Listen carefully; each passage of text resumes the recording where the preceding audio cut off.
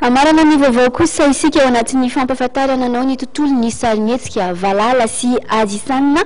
Ireo indray raha moa ny sarimihetsika vaovao izay vokarin'ny Scoop Digital araka ny fantatra moa dia ilalao anatin'ny izay sarimihetsika izay hatrany ireo mpilalao tao anatin'ny Malokila.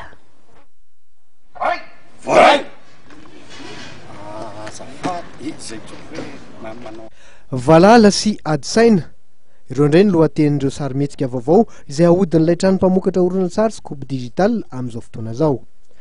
Ny voalohany dia hatra 15 minitra raha toa ka 20 minitra kosa ny faharoa.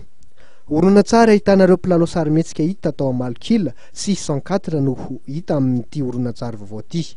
Fitambarana horonan-tsary roa no azo rosony trano mpamokatra Scoop Digital ny mpanjifa Atsoatsy. Ny tantara tao eto zany ao anatina camp anankiray zany misy fivondronana andia tafika, zany hoe solitena amina tafika isaky ny vondro tafika zany ny vondrona zareo fa misy opération Valala tao.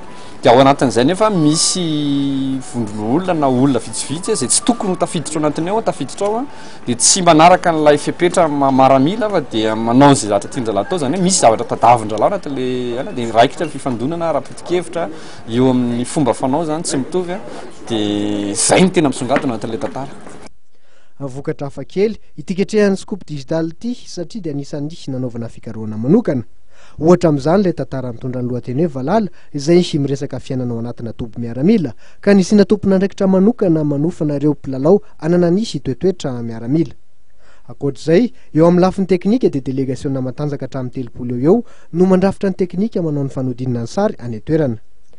Ny hanomezana vokatra tsara mihoatra ny efa vita teo aloha ary indrindra ny fikajinana ny kalitao fa tsy nisy hanaovana vonjy-davanandro na ny tefy maika no lahara-pameana ho an'ny Scoop Digital.